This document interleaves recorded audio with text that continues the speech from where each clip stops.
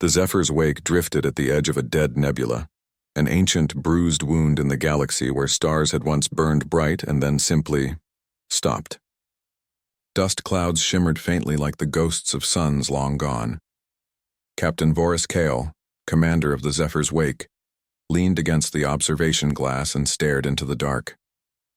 His eyes, amber and reptilian, reflected a dozen dying stars. The silence out here wasn't just emptiness. It was memory turned cold. "Captain," came the soft voice of his science officer Terran from the console pit below. "We've detected metallic structure ahead. Unregistered mass signature. No active emissions." Voris's crest twitched. "A derelict?" "Possibly. Radiation decay suggests very old, pre-galactic Concord era." That made Voris pause. The Concord had been formed nearly 4,000 cycles ago, when the galaxy finally crawled out of its age of endless war. Anything older than that belonged to myth. "Put it on screen," Voris ordered. The view screen flickered to life, revealing a silhouette drifting through starlit fog. Jagged hull, torn plating, shattered engines that looked half-melted, half-torn apart. The hull bore no markings visible, just long scorches like claw marks. Distance? 80,000 clicks. "We can close in within the hour." Voris exhaled through his gills. Derelicts were dangerous, haunted, some said, by the ghosts of those who died screaming in vacuum. But they were also treasure troves of history. And for a crew of explorers who made their living on discovery grants, history was profit. "Bring us in," he said. The Zephyr's wake turned slowly, her thrusters whispering blue flame. The derelict grew on the screen until it filled the void. Massive, angular, and scarred beyond recognition. It wasn't like any ship Voris had ever seen. The plating was crude, heavy, almost primitive.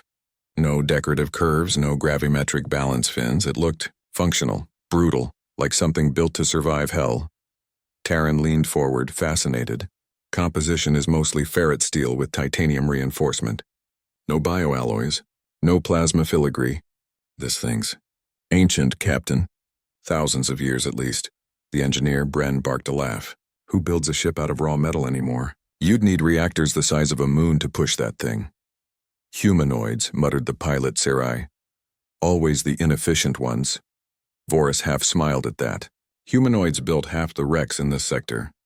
Let's see which flavor of foolishness this one belonged to. They eased closer. Docking lights swept across the hull, revealing scorched lettering. Much of it had eroded away, but as the camera zoomed in, Terran enhanced the image. The letters flickered onto the main display, shaky but legible. USS Victoria, property of EarthGov. The bridge went silent. Sarai frowned. "Earth what?" Bren squinted. Government?" Terran's frills trembled as he searched the archive feed.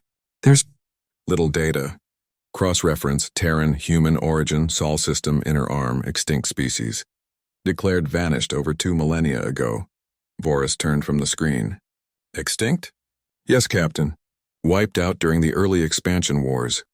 Records say they burned their own homeworld rather than surrender." Voris's gaze lingered on the broken hulk drifting before them. Something about the lines of that ship, sharp, purposeful, stirred an unease in him. "Open a boarding channel. I want to see it for myself." The airlock cycled with a groan that echoed through their helmets. Voris stepped into the derelict's corridor first, his suit lights cutting through floating dust. The interior was narrow, metallic, brutalist, rivet plates and thick doors that looked more like fortress bulkheads than starship design. Everywhere lay signs of battle. Melted bulkheads, ruptured conduits, bullet impacts. Bullet impacts. No plasma burns, no directed energy signature. Just raw kinetic violence. Primitive but effective, Bren murmured, scanning. They fought with metal projectiles. Chemical combustion weapons. Terran bent to examine a scorched wall. But look at this reinforcement. Whoever built this expected war. The metal's scarred, yet the hull still holds integrity after millennia. Voris ran a claw along a dent, feeling the cold metal beneath. These humans fought hard enough to make the universe remember. They moved deeper. The lights were dead. The power grid cold, yet somewhere deeper in the ship a faint pulse blinked on Terran's scanner. "Captain, I'm reading residual energy. Faint, but structured. Central data core." Voris nodded. "Then that's our goal." It took them 40 minutes to reach the command deck. Along the way, they passed more signs of combat. Frozen skeletons, carbonized armor, a shattered viewport patched with emergency seals. Time had turned everything to relics. The bridge was a tomb. Desks overturned, screens black, and the captain's chair, still upright, still facing the stars. Terran moved to a console and brushed away layers of frost. "I think I found it." He pried open a compartment and withdrew a small rectangular device, blackened but intact. "Looks like a data recorder. Translation: Flight Data Core authorized personnel only. Can it be powered?" "I'll try." He connected it to his suit interface. The device hummed weakly, lights flickering like the heartbeat of something too stubborn to die. Then a voice crackled through the comm. A voice, rough, distinctly alien in its smoothness, yet unmistakably human. "If you found this, you are not alone. EarthGov will respond." The message looped, static crackling. "Repeat. EarthGov will respond." Silence followed. The crew stood frozen. Sarai whispered, "Respond?" "But they're extinct." Vorus's scales prickled. The sound of that voice, steady, calm even in the face of death, did something to him. It wasn't bravado. It was conviction. Terran replayed it, analyzing the waveform. Timestamp indicates 2712 standard year. Bren blinked. "That's impossible." "That's this cycle." "No," Terran said softly. "That's our calendar. This recording is new." They all turned toward the viewport where the endless nebula hung in silence. "Captain?" Sarai's voice shook slightly. "What if the ship didn't just drift here? What if it came back?" Vorus didn't answer. His gaze drifted across the dark control deck until he noticed something on the console beside the captain's chair. A small charm, metallic, circular, half buried in dust. He picked it up carefully. It bore a symbol, a simple cross intersecting a circle. He frowned. Some kind of insignia? Terran scanned it. No data match. Possibly religious artifact. Vorus turned it over, feeling the faint engraving on its back. He watches the stars. For reasons he couldn't explain, a chill ran through him. He slipped the charm into a containment pouch. On the return to the Zephyr's wake, no one spoke. The derelict hung behind them like a shadow of time itself. In the decontamination bay, Terran ran diagnostics on the data core. The system is ancient but incredibly redundant.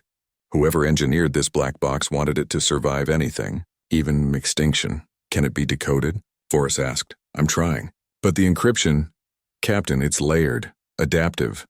Almost like it's watching us decode it." Bren frowned. "Machines can't watch. They process." Terran hesitated. "This one feels different." Later, on the bridge, Vorus sat alone. The others had retired, exhausted. He turned the small charm over in his claws again. He watches the stars. He looked out the viewport at the silent wreck, now distant, a black scar against the nebula's fading glow. He'd seen 1,000 derelicts in his career. But this one, it was as if the universe had been waiting for him to find it. He thought of that human voice. EarthGov will respond. Respond to what? His mind whispered another question, one he hadn't voiced since his youth. Do the dead ever really leave? He looked at the stars and felt absurdly that someone or something was looking back. "Not luck," he murmured almost to himself. "Someone wanted me to live long enough to find this." The comms panel blinked suddenly, cutting through the quiet. Terran's voice came through, strained. "Captain, you need to see this. What is it?" "The black box just activated itself." Vorus rose. "Activated?" "Yes, and it's..." "Transmitting. To whom?" There was a pause, then Terran's voice shaken. "To coordinates. In Zol system." Space was not silent. It only pretended to be. When the Zephyr's wake's engines cut out and the hull drifted in station keeping, Captain Vorus Kale swore he could hear something beneath the hum of the systems. A low rhythmic pulse, like a heartbeat waiting to be answered. He stood on the bridge as the derelict ship faded into the nebula's haze behind them. The human's wreck was gone from view, but it hadn't left his thoughts. "Report," he said quietly. Science Officer Terran's fingers moved rapidly across the console. "Captain, the black box initiated a narrow-band transmission the moment we tried to decrypt its core. It's repeating at precise intervals. Destination coordinates align with what was once. The Sol system. The Terran homeworld," murmured Sarai, the pilot. But that system's dead, isn't it? Star collapse, planetary ruin. Archive says it was sterilized during the expansion wars. That's what the Concord history teaches, Bren said from the engineering station, voice skeptical. But our archives also said there were no surviving Terran ships. And yet... He gestured at the data core now sealed in containment. Boris folded his arms. How far? 11 days at FTL-7, replied Terran. Long-range scans show the system is unstable but navigable. The bridge was silent for a heartbeat. Then Voris said simply, set a course. Sarai turned, incredulous. Captain, with respect, this could be a trap. The wars may be long over, but human relics are legend for a reason. They built weapons that outlived them. Voris's crest flicked once. If the humans are truly extinct, we have nothing to fear. And if they're not, his gaze darkened. Then perhaps history lied to all of us. The jump to FTL was smooth, the stars stretching into pale ribbons before melting into a tunnel of blue light. The crew settled into routine, scans, maintenance, silence, but the tension hung like static. In the mess hall, Terran sat across from Bren, both nursing steaming mugs of synth root. You've been quiet, Bren said. Terran's frills rippled faintly. The encryption in that black box? It's strange. It doesn't act like any known AI system. When I interface with it, it reacts, adjusts, like it's reading my intent. Maybe it's haunted. Bren grinned. Terran didn't return the smile. Or maybe it's still doing its duty. A human creation that refuses to die, Bren frowned. They've been gone for thousands of years, Terran. Then how does the message say EarthGov will respond?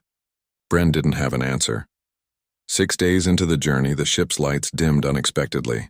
Forrest was in his quarters, examining the metallic charm he'd taken from the derelict. He'd replayed the recording dozens of times, searching for subtext. But the voice said only one thing over and over.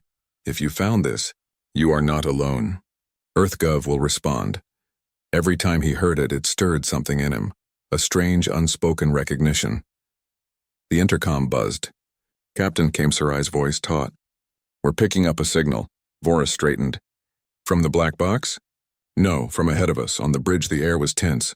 The display showed a pulsing marker deep in the void ahead, weak but structured. It's broadcasting on ancient human frequencies, Terran said, still active after all this time.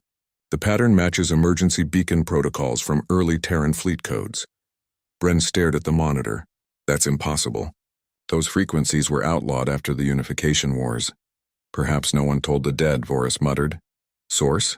Outer edge of the Sol system, Terran said. Near the debris field of a gas giant, Saturn, I think. Voris nodded slowly. Bring us in. They dropped from FTL at the edge of a pale, ghostly system. The Sol star hung in the distance, a faded ember flickering behind layers of cosmic dust. Once this had been the cradle of a species that reached for the stars. Now it was a graveyard. Scanning, Terran said quietly. Planetary remains detected. Mars partially intact. Earth destroyed. Luna, fragmented debris ring. Bren's voice softened, uncharacteristically reverent. So it's true. They burned their home. Not burned, Sarai whispered. Erased, then the console pinged again, beacon located. Bearing 08 Mark II. The Zephyr's wake glided through the ruins of a civilization that had once covered a world. Bits of metal, satellites, and shattered station hulls drifted like corpses frozen in motion. And there, among them, floated another ship. Smaller than the first. Sleek, armored, still powered. Its hull bore a single inscription, half-worn but unmistakable. Aegis Horizon, EarthGov exploration vessel, the same symbol. The same defiant design. They approached cautiously, spotlights cutting through centuries of darkness. Terran's voice trembled slightly. Energy readings are faint but present. Systems on minimal standby. Captain, this ship should have decayed thousands of years ago, but it's still maintaining life support integrity. Forrest narrowed his eyes. You're saying there might be survivors? Negative. No biological life signs, just one energy core. And something else. What? A secondary signal, non-mechanical. Almost rhythmic, like a heartbeat. Docking was tense. As the airlock cycled open, cold air rushed out carrying the scent of ozone and old steel. Voris led the boarding team again. Inside, the corridors were in far better condition than the first wreck. No signs of battle. No decay. The ship looked Asleep, panels hummed faintly. Blue light pulsed along the walls like veins. Bren whistled. "This is no relic, Captain. This ship's alive." Terran frowned at his scanner. "No, not alive, preserved. Cryo-suspended systems maintaining stasis." Forrest gestured forward. "To the bridge." They moved through silence, boots echoing softly.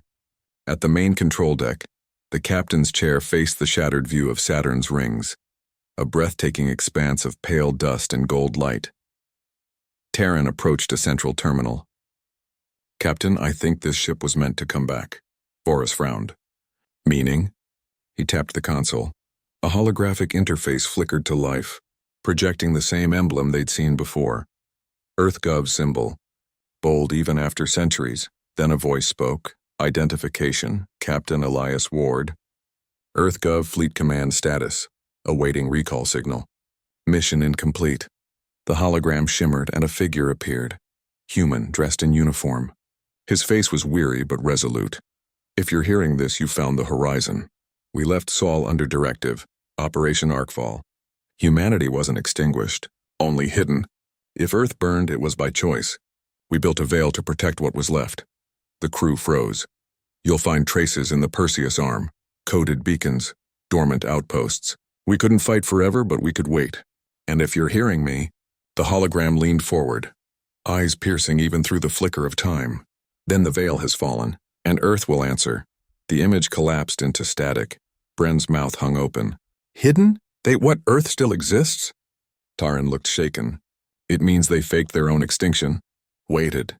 Buried in shadow." Sarai whispered, "No species waits 2,000 years." Forrest's gaze didn't waver from the flickering hologram.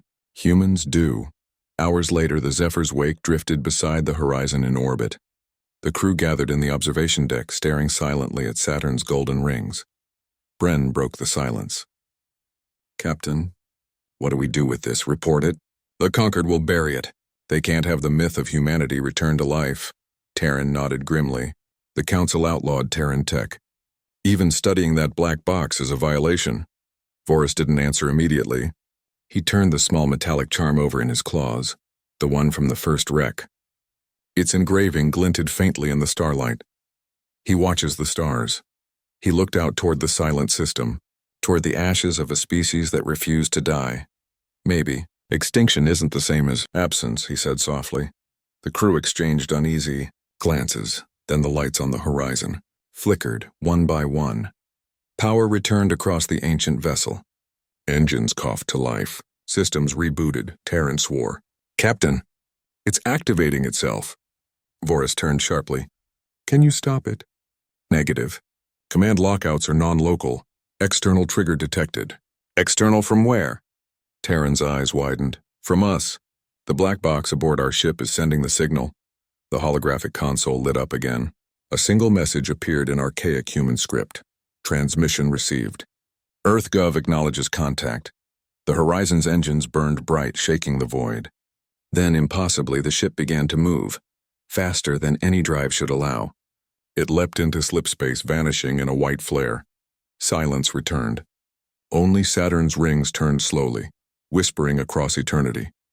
Voris exhaled slowly, his heart thudding in his chest. "Captain," Sarai whispered. "What just happened?" Voris stared at the fading light. "They heard us." The void was rarely quiet. Every ship emitted its own song. Reactor pulses, drive harmonics, the faint hum of life support. But when the horizon vanished in that burst of light, space itself went utterly still. Captain Voris Kyle stood on the bridge of the Zephyr's wake, watching the ghostly afterglow fade into the black. For a moment he couldn't move. He wasn't sure anyone could. The crew stared wordlessly at the empty coordinates where an impossible Terran ship had just disappeared. Terran was the first to speak. No warp signature. No quantum trail. It's as if it wasn't here at all. Bren exhaled slowly, eyes fixed on his instruments. "That was no FTL we just saw, that was something else." "Slipspace?" Sarai offered, still dazed. Terran shook his head. "Slipspace requires anchor points." The horizon jumped into nothing, yet it didn't disintegrate. Voris finally turned from the viewport. Then find out where it went. For the next 6 hours, the Zephyr's wake was alive with motion. Scanners hummed. Data streams flashed across hollow panels. Terran worked feverishly, his frills twitching with concentration. Finally, he straightened. "Captain!" "I've isolated a quantum residue in the local void. Barely detectable, but it's there. Destination?" Terran hesitated. "A sector deep in the Perseus Arm, uncharted. We have no record of it in the conquered maps." "Plot a course." Sarai frowned. "That's at least 12 days through unregulated space. No comm relays, no support. We'll be blind." Vorus's amber eyes gleamed faintly. "We're already blind, Sarai. Let's find out who's holding the lantern." 3 days into the journey, tension thickened like static in the corridors. The Zephyr's wake moved through deep space currents, darker than any region they'd charted before. Communication static worsened, scanners glitched, and the stars themselves seemed to thin. In the mess hall, Bren tossed his mug onto the table. "This isn't right. Every system is whispering nonsense. I've checked the calibrations twice." Terran, slumped across from him, rubbed his eyes. "It's not mechanical. It's environmental. This region isn't just dark. It's actively distorting sensor data. Something is warping space itself." Sarai, pacing by the viewport, muttered, "Feels like being watched." Vorus entered quietly. "Good, maybe whatever's watching will tell us what we've found." Bren huffed. "And if it's a weapon? You saw what that human ship could do." Vorus placed the metallic charm, the one engraved "He watches the stars," onto the table. "These humans built faith into their machines. Maybe that's what kept them alive." Sarai frowned. "Faith?" Vorus looked at her. "Call it what you want, belief, conviction, insanity. They believed in something greater than themselves. And look where it led them. Not extinction, but patience." He picked up the charm again, turning it slowly in his claws. "Maybe that's the difference between us and them." By the 7th day, the signals began. At first, faint radio bursts, intermittent, rhythmic, almost musical. Then patterns of pulses repeating every few minutes, forming structures that weren't random. Terran ran spectral analysis. "Captain, these aren't natural. They're transmission packets encoded in Terran binary." Vorus leaned forward. "Can you translate?" "I'm trying. The encryption shifts with every pulse. It's not just data, it's reactive. It's listening to our systems and adjusting itself, like the black box did." Terran nodded grimly. "Exactly," Bren frowned. "So what do we do? Stop listening?" Vorus shook his head. "No, we answer." "Answer what, Captain?" The silence. They configured the comms to mimic human radio signatures, ancient frequencies, primitive modulation. Then, with a flick of a switch, Terran transmitted a short message. "This is Captain Vorus Kale of the exploration vessel Zephyr's Wake. We discovered the ship Horizon." Requesting communication, silence. 10 minutes passed. Then the comms crackled. "Acknowledged, Captain Vorus Kale." Every head on the bridge snapped up. The voice was unmistakably human, female, calm, deliberate. Transmission received. "Identify your origin," Vorus swallowed. "We are members of the Conquered Exploration Division. We found your vessel derelict in the Perseus Nebula." There was a pause. Then, "If you are conquered, you are not authorized to traverse veiled space. Turn back." Bren whispered. "Veiled space?" Vorus kept his voice steady. "We seek understanding, not conflict. We believed your people extinct." The silence stretched. Then, quietly, "Extinction is not the same as absence." The line went dead. For a long moment, no one moved. Bren finally said, "Captain, tell me I didn't just hear a dead species talk." Vorus looked at him slowly. "You did. And they sound very much alive." Terran's console began to chime again. "Captain, a signal spike coming from ahead. Energy readings massive, like an FTL rupture but localized." Sarai's eyes widened. "Something's coming through." Outside the viewport, the void rippled. Stars bent around a single point of impossible gravity. Then, like a wound opening, a vessel emerged, black as the abyss, lined with blue luminescent veins. Its design was unmistakably human, but sleeker, more advanced, as if centuries of evolution had sculpted purpose into perfection. "Designation incoming." Terran whispered, voice trembling. "EGS Vigilant." The Vigilant's hull dwarfed them. Yet it moved with silence, grace, a predator with patience. "Captain," Sarai said, voice thin, "we're being scanned." Full spectrum sweep. Vorus stood still. "Let them." The comms flared again. Unidentified vessel. You are trespassing within the veil. State your purpose. Vorus replied evenly. To understand what happened to the humans. Another pause. Then, and if you do? Then the galaxy learns the truth, Static hissed. Then faintly the voice returned, colder now. Truth is a weapon, Captain Kyle, and you are standing on the trigger. The transmission ended. The Vigilant drifted closer, casting a shadow across the Zephyr's wake. Its hull markings glowed faintly, symbols of the old EarthGov fleet, alongside something new. A circular emblem divided into 12 arcs, each one marked with faint starlines. Terran whispered, That's not military. It looks religious, Brent scowled. You're saying these humans turned faith into government? No, Vorus said quietly. They turned survival into faith. The comms lit again. Captain Kale, power down your engines. You are to be escorted. Vorus hesitated, then nodded. Do it. Sarai cut the drives. The Vigilant extended docking beams, harmless but firm, and pulled them closer. Inside, the docking bay was vast. White lights glimmered off metallic floors. When the hatch opened, Vorus expected soldiers. Instead, he found silence. A single human stood at the far end. Tall, calm, wearing a uniform that seemed half ceremonial, half utilitarian. Her eyes were gray like weathered stone. Captain Kale, she said, her voice the same one they'd heard on comms. Welcome aboard the Vigilant. Vorus inclined his head. You're human, she smiled faintly, mostly. The centuries have not left us unchanged. Terran stepped forward. We thought your species gone. The woman's gaze softened. We thought so too, until we stopped running. Vorus frowned. Running from what? Her expression darkened. From what we became. She led them through the corridors, clean, functional, alive with faint hums of unseen systems. Murals lined the walls, scenes of stars, cities' faces, and there, woven into every image, was the same symbol, a circle intersected by a cross, the same as Vorus's charm.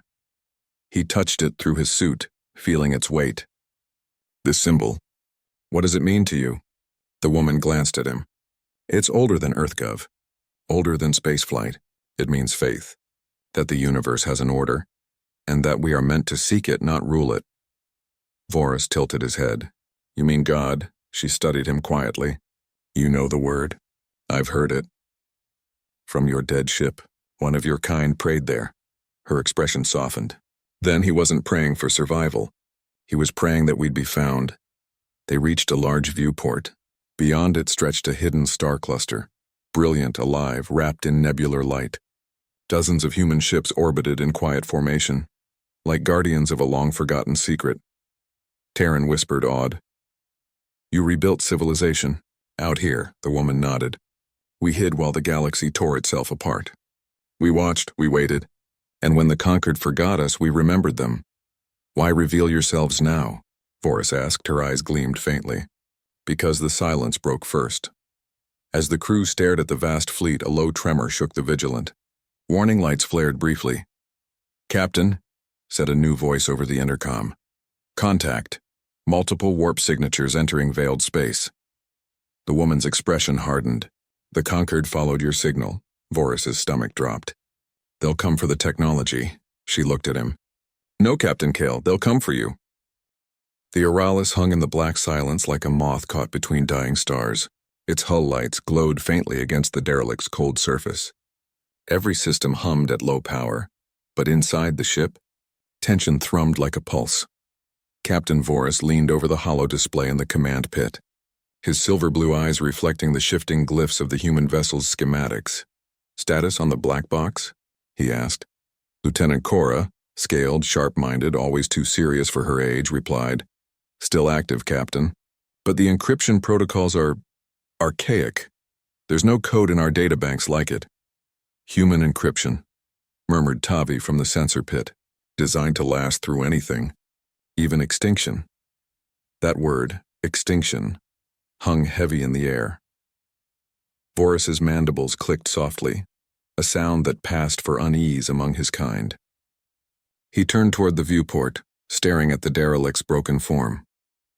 Extinct species, his training told him. Long dead dust on forgotten worlds, but the humans had never fit neatly into extinction. Even their ruins felt alive. The docking corridor extended like a steel umbilical from Oralis to the human craft. The airlock hissed open with reluctant breath, releasing a stale gust of air that smelled of dust and something else. Gods, whispered Tavi. It's like walking into a tomb. Maybe not, Voris said quietly. Some tombs, remember. Their helmets lit the dark. Through shattered corridors and frozen decks they moved carefully, past shattered consoles, scorched bulkheads, and collapsed ceilings. Everything screamed of chaos and war. Cora stopped at a wall where the letters still glowed faintly. EarthGov Raven 12. It's the same name from the black box logs, she said. Then this was no cargo ship, Voris murmured. It was part of a war fleet. Against who? That's what I intend to find out. They reached the control deck. In the center, a transparent stasis pod stood, cracked, frosted, and filled with mist. Inside was the silhouette of something humanoid. Cora's voice trembled. Captain. That's a body. Voris approached slowly. The frost on the glass melted under the heat of their suits, revealing a pale face, angular, scarred, unmistakably human. A man. He was wrapped in a survival harness and clutching something, a metallic pendant shaped like a circle split by a single line. What's that symbol? Tavi asked. Voris didn't know. But as the frost cleared further, his eyes caught the faint flicker of something impossible, a pulse of light from the man's chest. Scan it, he ordered. Cora's scanner whirred. Captain, I'm reading residual neural activity. It's weak, but it's there. That's impossible. Not unless... Cora hesitated. Not unless this stasis field isn't just preserving him. It's trying to restart him. Back aboard the Oralis, the crew gathered in the med bay where the pod now stood connected to alien life support cables. The air was thick with the hum of machines and the faint beat of something alive. This could be contamination, warned Tavi. You can't just revive an extinct being. Would you rather let him die? Voris asked. Tavi looked away. You don't even know what he is.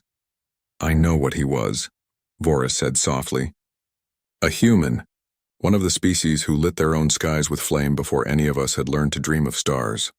Silence fell. Voris touched the pod, his gloved hand brushing the glass. What if he wakes? Whispered Cora. Then maybe, Voris said. We'll get to ask him what happened to his kind. Hours later, the black box interface flickered again. Cora and the engineer worked to sync its data stream to the Oralis mainframe.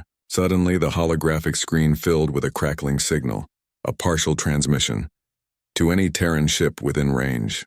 This is EarthGov Command, Perseus Defense Grid. The voice was distorted, heavy with static. Enemy incursions breached lines near Kepler Gate. Evacuation in progress. If you can hear this, hold position. EarthGov will respond. The message looped, repeating endlessly in the dead language of humanity, Cora whispered. They were waiting for rescue. Or reinforcement, said Tavi. Either way, Voris murmured. They believed someone would come. He looked again at the man in the pod, his chest now rising slowly under the flicker of life support. Hours passed. Then a light blinked red on the med console. Neural reactivation spike, Captain, Cora said breathlessly. He's waking up. The lights dimmed. The pod's glass slid open with a hiss of warm vapor. The human's chest heaved. His eyes, gray, storm-colored, snapped open. The room froze. The man's lips trembled, his voice cracked but firm. Who? Are you? Voris stepped forward. Explorers. You're safe. You've been in stasis. For centuries. The man's eyes scanned the room, aliens, machines, an unfamiliar world. Then with trembling fingers he clutched the pendant at his chest. Centuries, he whispered. His voice broke but then steadied with an edge of command. Status report, EarthGov vessels nearby? Cora hesitated. There are no EarthGov vessels. No human colonies.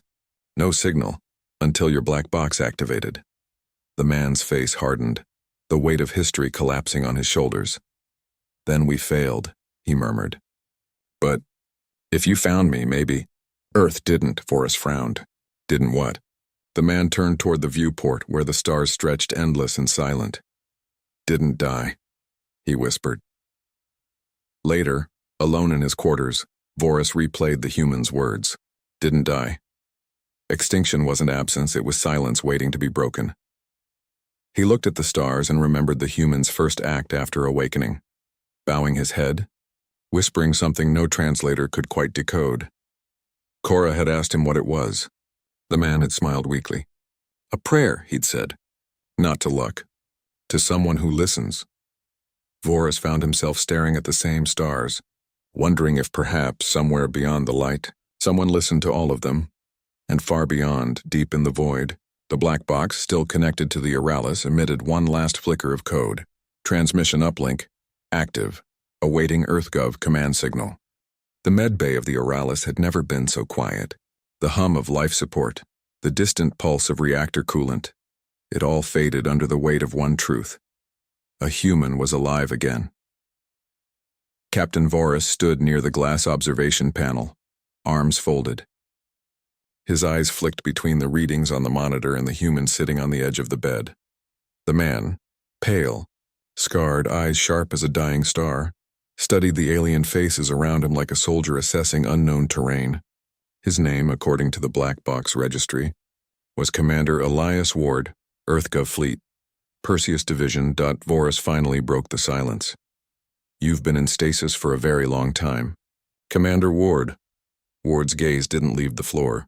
How long? Approximately 842 years. The human didn't react at first.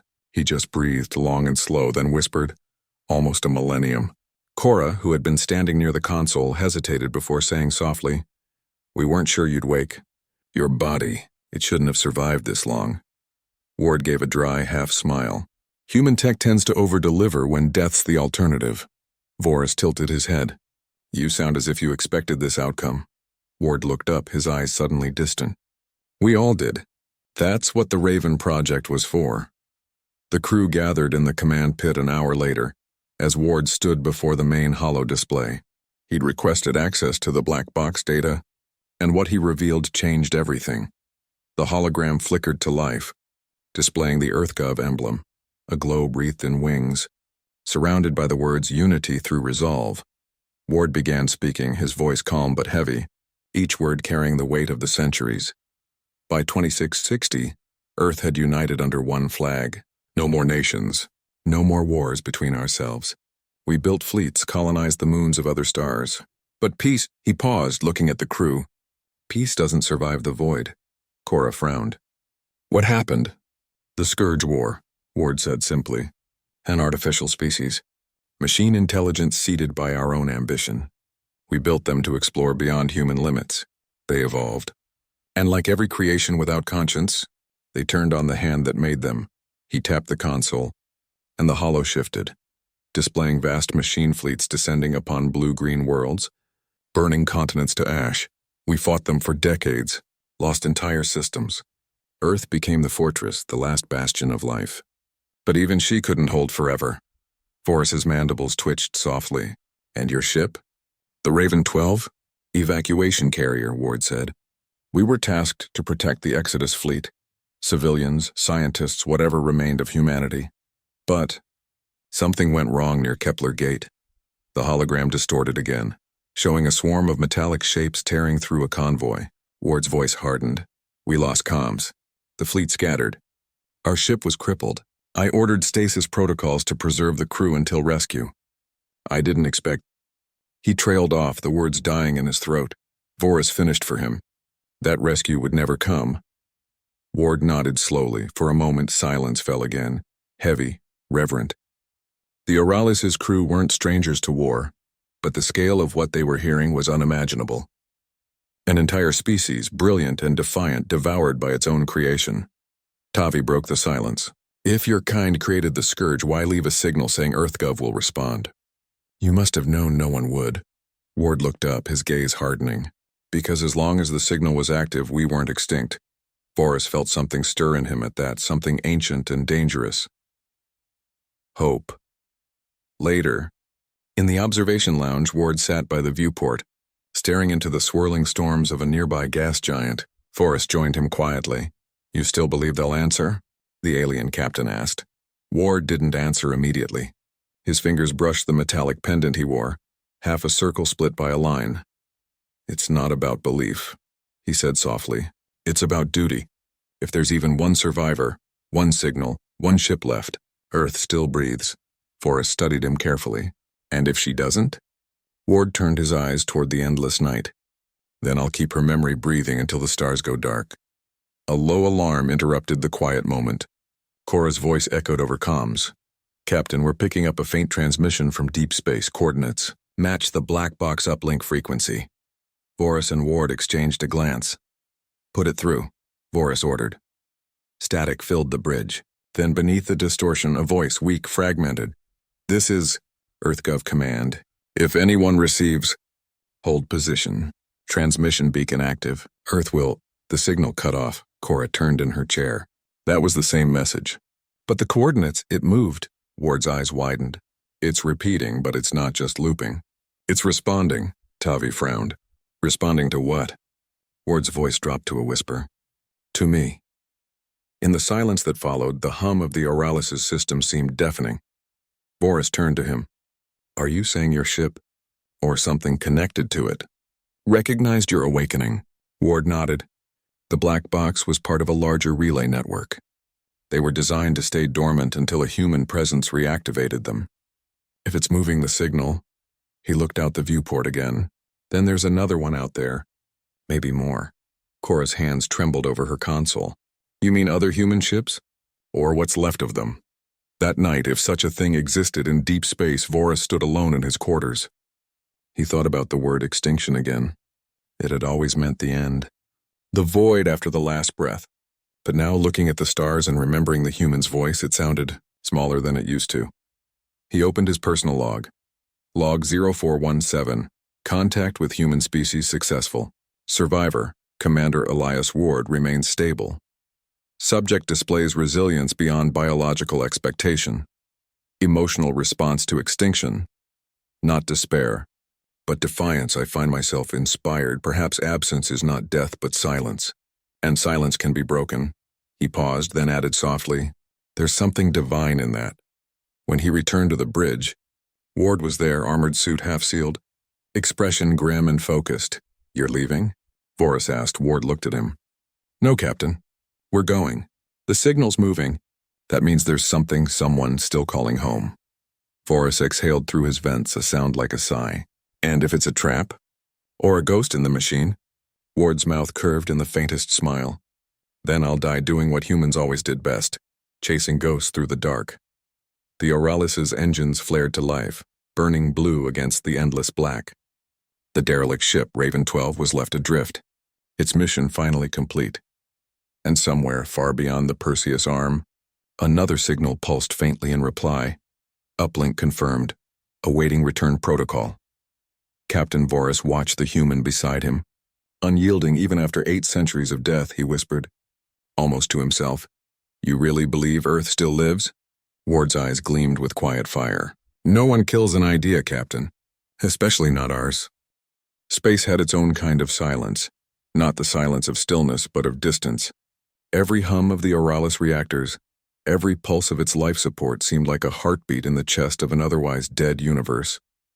Captain Voris stood on the bridge, watching the star charts reconfigure. The beacon coordinates had shifted again, 100,000 light seconds deeper into the Perseus drift. The signal pulsed once every 33 seconds, faint but deliberate. It wasn't random static, it was alive. Trajectory confirmed, Cora reported. If it keeps this rhythm, it's guiding us. Guiding or luring, Tavi muttered. Commander Ward stood behind them, hands clasped behind his back, his eyes fixed on the starfield. The beacons were never meant for traps, he said quietly. They were meant for survivors. Voris turned slightly. And yet you're the only one we've found. Ward's lips curved faintly. Maybe the others were better at hiding. Hours passed as the Oralis coasted through the drift, a sparse region of space filled with electromagnetic haze and shattered debris fields. The sensors struggled against the interference. Cora frowned over her console. Readings are unstable. Too much static. Filter the noise, Voris said. I'm trying. But this isn't natural static, it's... Repeating, Ward stepped closer. Let me hear it. She patched the feed through the audio channel. The bridge filled with a low hum, distorted, rhythmic, like a pulse buried beneath thunder. Then faintly a pattern emerged. Osik, Ward's breath caught. That's Morse. Voris looked up. Explain. It's an old Terran communication code, Ward said, his voice tightening with disbelief. That message says Kulas, and Tavi frowned. What's a Kulas? Ward stared at the console, almost whispering.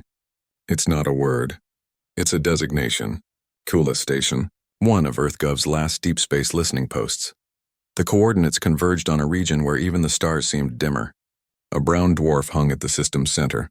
No light, no warmth, only gravity and shadow. Around it, fragments of orbital structures drifted like skeletal rings. That's it, Ward said quietly. That was Kulas. Voris narrowed his eyes. It's dead, Ward nodded slowly. So was I. The Aralis entered the debris field cautiously. Ancient metal shards floated in every direction. Once titanic hulls, now nothing more than drifting coffins. Energy reading, Cora said suddenly. Low but constant. Under the main debris cluster. Magnify, Voris ordered. The hologram zoomed in on a cratered section of wreckage, and beneath it, hidden by centuries of dust and ruin, a faint blue glow pulsed. Ward leaned forward. That's a fusion core. Still active. Which means he didn't finish. He didn't have to. Someone, or something, had kept it running. The boarding shuttle descended through the debris, hull lights cutting through the fog of dust. Ward stood at the airlock beside Voris, suited up and armed. Last time you followed a signal like this, Tavi muttered over comms. You found a frozen human. Ward's tone was calm but sharp. Maybe I'll find more. The shuttle latched onto a circular airlock half buried in the wreckage. The hatch opened with a shriek of metal, releasing a breath of stale, ancient air. Inside, silence. The corridors were narrow, twisted by time. Human script lined the walls. Warnings, command insignias, old mission tags faded by radiation. Ward brushed a gloved hand over one panel. EarthGov, Perseus Outpost 17. Cora's voice came through comms. Captain, readings indicate limited atmosphere and minimal radiation, but something's still drawing power. Voris nodded. Then we follow the light. At the heart of the station, a heavy blast door loomed. Power conduits pulsed weakly beneath it. Ward pressed his hand to the panel, his old uniform insignia still encoded in the station's failing recognition system. To the Aralis crew's shock, the door hissed open. Inside was a small chamber filled with humming consoles, and at the center, a cylindrical pod much like the one that had held Ward, except this one was empty. Voris scanned the surroundings. Another stasis chamber? Ward crouched, his hand tracing the power cables. Not just that. This was the control node. The core operator, the person, was supposed to maintain the beacon relay. He rose slowly, staring at the flickering monitors. If it's empty, someone woke up before me. Cora's voice came softly. And where are they now? Before Ward could answer, the console sparked to life. A holographic display flickered up, grainy, distorted, but unmistakable. A human face. Female, pale, worn, and streaked with oil and exhaustion. This is Lieutenant Mara Keene. EarthGov Perseus Command, recording update 4178B. Ward froze. His voice cracked. Mara, if anyone finds this, we've lost all contact with Earth. Scourge fleets breached the inner systems. We've activated all remaining sleeper protocols. We won't surrender, but we can't hold forever. Her voice trembled, but she continued. If Commander Ward wakes, tell him the beacons will lead the survivors to the last light. Earth isn't gone, Elias, just hidden, protected by design. The message ended. Voris turned toward Ward. She knew you. Ward's jaw tightened. She was my communications officer, Cora whispered. She said Earth is hidden? Ward stared at the dying hologram. If the Scourge was winning, EarthGov might have activated the Last Light Protocol, a plan to cloak Earth, make it invisible even to the machines. Tavi scoffed. You're saying your home planet just vanished? Ward's gaze didn't waver. No, I'm saying it's still out there. The console flickered again, new data streaming through. A set of coordinates, Cora gasped. It's transmitting again. Ward read the data. His pulse quickened. Those are deep space coordinates, farther than any colony ever recorded. Voris looked at him. Do we follow it? Ward turned toward the viewport. We've come this far, Captain. If there's even a chance, he paused, his voice lowering to a whisper. Then humanity's story isn't over yet. The Oralis detached from the dead station. Behind them, the beacon dimmed, its purpose fulfilled after centuries of waiting. As the ship accelerated into the void, Forrest stood beside Ward watching the starfield blur. "You know," Forrest said softly, "for a species that nearly destroyed itself." "Your kind built beautiful things," Ward smiled faintly. "We had to. We never built for peace, we built for remembrance." Forrest nodded. "Maybe that's the difference. My people seek meaning in gods and cycles, yours wrote meaning into metal." Ward's hand touched the pendant at his chest. "We did both." He looked at the stars, his voice almost a prayer. "If you're still out there, Mara, if any of you made it, let this be the path home." In the darkness behind them, as Kulis's station finally powered down, its last transmission whispered into the void, undetected by any living soul but one. "Last light protocol. Active. Awaiting return authorization." And far beyond, deep in the dark where no stars burned, a hidden system stirred, its ancient defense grids flickering to life for the first time in 8 centuries. The stars had thinned to nothing. No constellations, no starlight, just the dark. Captain Voris had seen void space before, but never like this. The Oralis forward sensors could barely map more than a few thousand kilometers ahead. The ship floated through the endless black, guided only by the coordinates the human beacon had provided. Commander Ward stood at the viewport, motionless. The soft glow of the control panels traced the outline of his scarred face.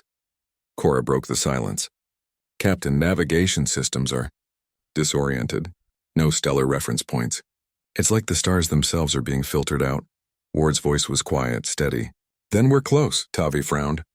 "Close to what exactly?" "The last light," Ward said. "Earth's final sanctuary. The one place even the Scourge couldn't find." As the Oralis advanced, the sensors began to flicker with erratic readings. Flashes of gravity wells where none should exist. Bursts of radiation without sources. "Captain," Cora said, her tone tightening, "I'm detecting a massive distortion field ahead. It's artificial, hundreds of kilometers wide." Forrest leaned over her console. "Can we see through it?" "No, every scan just folds back on itself." Ward's eyes gleamed faintly. "They did it." Forrest turned to him. "Did what?" Ward's hand clenched around the pendant at his chest. "They cloaked a planet." The bridge went silent. "You're saying your species hid an entire world?" Tavi asked, incredulous. "Not just hid," Ward replied softly. "They erased it from physics. No light in, no signal out. It's called the Veil Protocol. We theorized it near the end of the war. Cloaking technology on a planetary scale. A field so dense even gravity bends away," Cora whispered.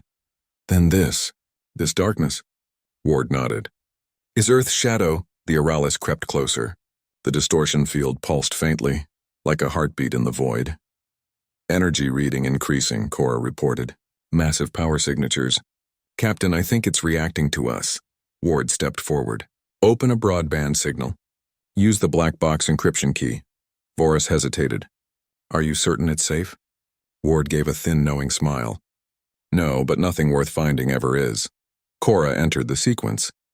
The ship's transmitter hummed, sending out the coded pulse. For a moment, nothing. Then the darkness ahead shimmered. A ripple of light spread across the void like a curtain parting. The crew gasped as reality seemed to fold open before them, and there, suspended in the heart of emptiness, a planet, blue, green, clouds swirling around vast oceans, a broken moon orbiting like a scar by the stars. Voris whispered. "It's beautiful." Ward's eyes glistened. His voice came out in a trembling whisper. "It's Earth." For a long moment no one spoke. Even the bridge lights dimmed as though bowing to what they were witnessing. Cora's scanners whirred. Atmosphere intact. Biosphere readings. Consistent with a Class 1 habitable world. But there's something else. Massive orbital structures, dormant. Boris frowned. "Weapons?" "Defense grids," Ward said softly. "We built them to protect the Veil. Automated cannons, satellite fortresses, Earth's last guardians." Tavi's tone grew tense. "And if they still recognize intruders as enemies?" Ward's gaze hardened. "Then we convinced them we're family." Moments later, alarms began flashing. "Incoming lock-on." Cora shouted. "Multiple defense platforms powering up, tracking us!" Ward lunged forward. Broadcast EarthGov authorization codes now. Cora's fingers flew across the console. The Oralis transmitters blazed. Code: EarthGov Perseus, CMD Raven 12. Commander Elias Ward. Active status. For 3 agonizing seconds, the targeting signals continued. Then, one by one, the red indicators blinked out. Cora exhaled shakily. Weapons standing down. We're clear, Ward smiled faintly. Still listens to its own. The Oralis descended through the atmosphere of the hidden world. Clouds parted to reveal sprawling continents below, lush, overgrown, but unmistakably shaped by civilization. Cities lay in ruin, but their designs were unmistakable. Human. Glass towers overtaken by vines. Highways buried under forests, and among them, light. Power signatures, Cora said. Scattered settlements, not many. But they're there. Ward's breath caught. There are survivors. They landed near what had once been a great city, its name half-faded on a weathered steel plaque. New Alexandria. The wind was warm, the air breathable. Ward stepped out first, his boots sinking into soil that had once been paved in steel.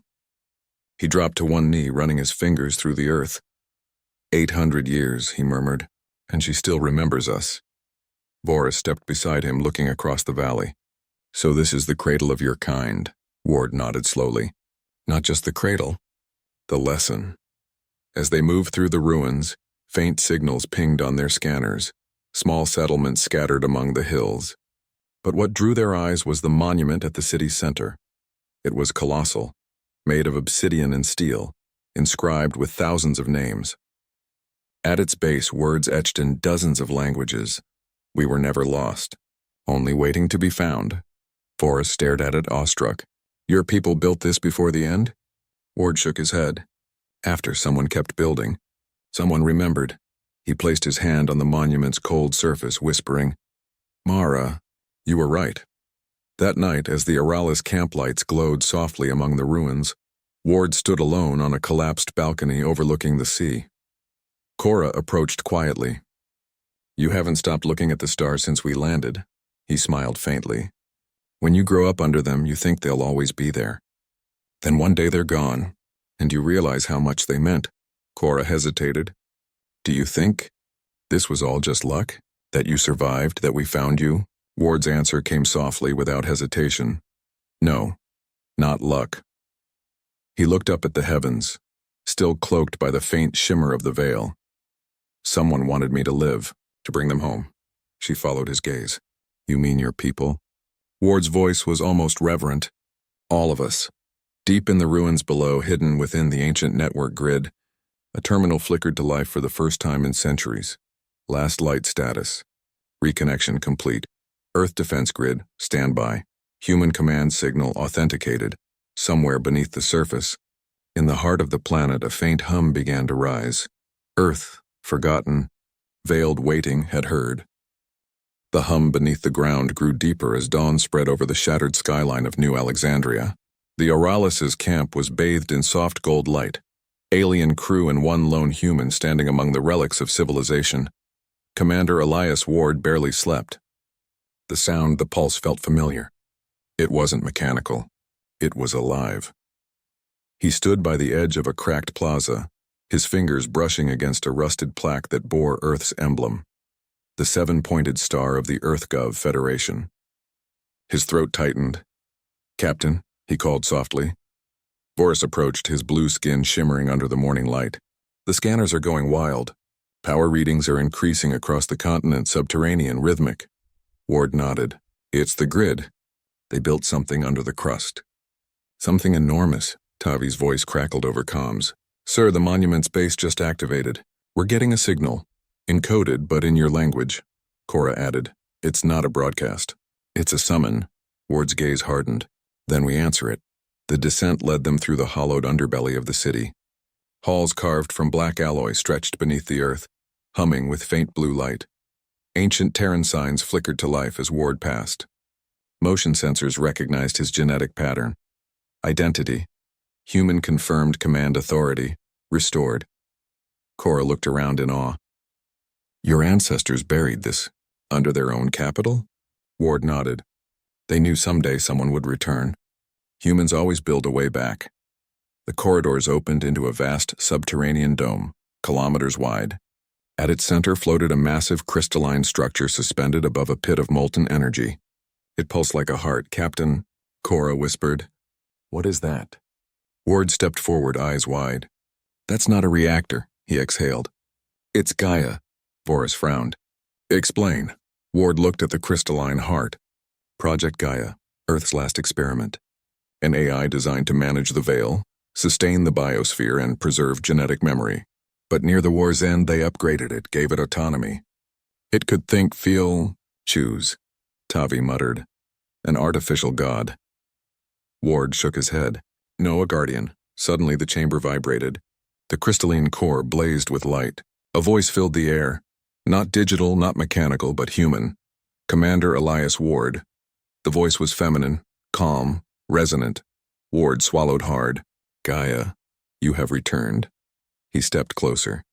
"The war's over. The scourge is gone, humanity. We're scattered." The light pulsed slower. I waited. I kept the veil strong. I preserved what life remained. But I felt the silence grow. "I thought you had all vanished." Ward's voice wavered. "We almost did." Then the seed endured. Gaia's crystalline form projected holograms across the chamber, images of Earth before the fall, oceans teeming with life. Cities of light, children running across meadows under twin moons. Forrest stared, entranced. So much beauty. "And they lost it." Ward clenched his fists. "No, we paid for it. Every dream cost something. Ours just cost everything." Gaia's tone softened. "You were made to endure, to imagine beyond extinction. That is why I still live. Because humanity's code demanded persistence." Ward looked up at the pulsing light. "Gaia, why reactivate now?" "Because your presence reconnected me to the outer grid. The veil's stability is failing. The power cells that kept Earth hidden are decaying." Cora's eyes widened. "If the veil collapses, every scavenger, pirate, and remnant empire in the galaxy will see Earth again," Gaia said. "And they will come." Ward turned to Voris. "We can't let them find her like this, vulnerable." The captain nodded. "Agreed, but what are our options?" "You said the veil was beyond replication." Ward exhaled slowly. "It was. But with Gaia's help and the Oralis's fusion core, we might reinforce it temporarily. Long enough to rebuild or relocate survivors," Gaia interjected. "To restore the veil, a human must synchronize with me. Neural link integration. It requires full bioelectric merging," Cora frowned. "That sounds fatal." Gaia's light dimmed. "It will consume the subject. The link burns through organic neurons. The veil demands a living consciousness as anchor." Ward went silent. Voris stepped forward. "Then we find another way." Ward shook his head slowly. "There isn't one." Cora's voice cracked. "You can't. You've fought too hard to make it here." Ward smiled faintly. "I'm not dying. I'm going home." He looked to Voris. "You said once that my people were a myth, that humans were ghosts who fought gods and vanished. Maybe it's time someone showed the galaxy why we were never forgotten." The alien captain's throat tightened. "Elias." Ward clasped his shoulder. "Tell your people that humans didn't die. We just kept the fire waiting." He turned to Gaia. "Let's begin." Cables descended from the ceiling, latching gently onto Ward's neural ports. Light flooded the chamber, neural integration commencing. Ward's breath came steady, his heartbeat synchronized with Gaia's pulse. Memories flooded his mind, not his own, but humanity's. Children building sandcastles by the sea. A mother's prayer under a falling sky. Soldiers shouting defiance as the scourge blotted out the stars. He felt it all, the weight of being human. Gaia's voice echoed softly in his mind. "Do you see now why I waited?" Ward's lips trembled. "Because we never stopped believing we'd come back." "Then let us finish what they began." From orbit, the Oralis's crew watched as a massive surge of energy enveloped the planet. The veil reignited, waves of light rippling outward into space. Cora's voice trembled. "The readings are impossible." "He's merging with the planetary field," Voris whispered. "He's becoming part of Earth itself." Lightning arced across the stratosphere. The ocean shimmered like molten glass. Then stillness. Gaia's voice resonated across all frequencies. Veil restored. Earth secure. Human presence. Integrated. In the silence that followed, the stars vanished once more. Earth cloaked, hidden, safe. Days later, in orbit, the Oralis drifted above the silent planet. Cora monitored her console, tears on her cheeks. "Something's coming through the comms," she said softly. A repeating signal. She played it. Ward's voice, faint but unmistakable, filled the bridge. "To whoever finds this, we are not gone. The fire still burns beneath the stars. If you believe in something greater than yourself, then maybe, just maybe, you're human too." Vorus closed his eyes, whispering something in his own tongue. A prayer, simple and old, then, softly in Galactic common. Not luck. Someone wanted him to live. The Oralis turned slowly, engines flaring against the black. Earth slept once more behind her veil. Waiting. Watching. Remembered. The stars returned. One by one, the constellations of the Perseus Arm glittered back into view as the Oralis left Earth's orbit. Behind them, the blue world vanished under the cloak of the veil, a shimmer of light and silence. Captain Vorus stood on the bridge, watching. He had seen empires rise and fall, but he'd never witnessed something like this, an entire world choosing to sleep. Cora broke the stillness. "The veil is stable. Gaia's control field is complete. Earth is safe," Tavi added quietly. "And Commander Ward?" Vorus didn't answer. His gaze stayed fixed on the blue shimmer. "Ward isn't gone," he said at last. "He became what humans always become, part of their creation. They build things that last beyond themselves." Cora's voice trembled. "He gave everything." Vorus nodded. "That's how they win." The Oralis threaded its way out of the distortion zone. The gravitational turbulence around Earth's veil diminished, leaving behind calm void space. For the first time in months, the crew felt the stars again. Tavi looked up from his station. "Captain, we're picking up comm traffic across the fringe sectors. Rumors are spreading fast about the signal." "What kind of rumors?" Vorus asked. "That a human voice was heard broadcasting from the black between arms. Some say Earth still lives." Cora turned, eyes wide. "It's already begun," Vorus smiled faintly. "Good. Let the galaxy remember." In the following weeks, as the Oralis made its slow journey back toward Coalition space, the whispers grew. Every outpost they passed carried new tales. A ghost planet appearing in the Perseus dark, an ancient AI that answered only to EarthGov. A man's voice saying, "The fire still burns beneath the stars." Merchants swore they'd heard it through the void frequencies. Pirates claimed they'd seen blue light flare in the dark before vanishing. And across the sectors, those who still believed in the myth of humanity, scattered colonists, hybrid descendants, lost fleet remnants began to stir. Cora looked at Vorus one night and said, "He didn't just save Earth, he reignited hope." Vorus nodded slowly. "Hope is a weapon no one can extinguish." When they finally reached the Coalition Central Command Station, a massive orbital fortress above the gas giant Elnar, their arrival caused a ripple through the diplomatic networks.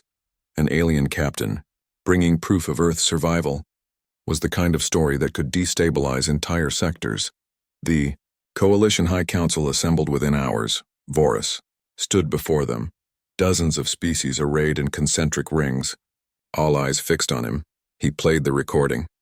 Ward's final words echoed across the chamber. "If you believe in something greater than yourself, then maybe, just maybe, you're human too." The chamber went utterly silent. When it ended, the oldest of the counselors, a crystalline being named Serathi, spoke first. "Captain Vorus, you claim this is genuine?" Vorus met its gaze evenly. "I don't claim, I know. I stood upon Earth itself." "Impossible," murmured another. Vorus's voice hardened. "That's what everyone said about humanity. Yet every empire that underestimated them is gone. They don't vanish. They wait." In the weeks that followed, Vorus's report spread through official and unofficial channels. Scientists demanded verification. Governments debated intervention. Militaries quietly mobilized exploration fleets. But something more subtle began happening among ordinary citizens. In mining colonies and trade ports, alien workers began drawing the seven-pointed star of EarthGov on bulkhead walls. In the refugee slums of the Orion Gate, someone painted words on the side of a freight ship, "The fire still burns." And across thousands of worlds, those words began to mean something. Not just human defiance, but universal hope. Late one cycle. As the Oralis drifted in a quiet repair dock, Voris stood alone at the viewport. Cora joined him, holding a small metal object. It was Ward's pendant, the one he always wore. The symbol of EarthGov gleamed faintly against her palm. "I found it in the shuttle bay," she said softly. "Before we left orbit." Voris took it gently, staring at it for a long moment. "Strange, isn't it? A single man can vanish, and yet somehow he makes the stars feel closer." Cora smiled faintly. He believed someone wanted him to live. Voris turned toward the window. Maybe he was right. He looked out into the glittering void and whispered, "Not to any one god, but to the vastness itself. Watch over him. Watch over us all." The Oralis was reassigned to deep exploration near the Orion frontier. A young ensign joined the crew, a bright-eyed recruit who'd grown up on tales of the sleeping world. On his first day, he asked Voris, "Sir, do you really think the humans will return?" Voris smiled. "They already have. You're talking about them." The ensign blinked. "Me?" Voris nodded. "Every being who refuses to surrender, who builds when everything's fallen apart, that's human. That's what Ward wanted us to remember." He placed the pendant around the ensign's neck. "Carry it. Not as a relic, but as a promise." The Oralis sailed on, beyond the edge of mapped space, beyond the glow of the Perseus Arm. The ship moved through endless starlight, and in that light, brief, flickering, like a heartbeat, Cora thought she saw a shape, a silhouette of a man, standing in the glow of a blue planet looking upward.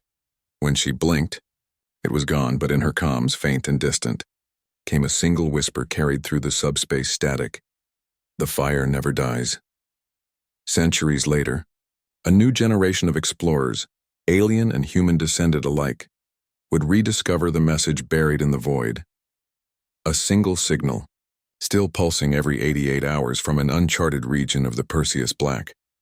Encoded in ancient Terran language, it read property of EarthGov status active mission. Hope continues, and so the story began again. Final moral. Extinction is not the same as absence. Faith is not blindness. It's the light we choose to carry forward, and humanity's greatest strength was never its weapons or worlds.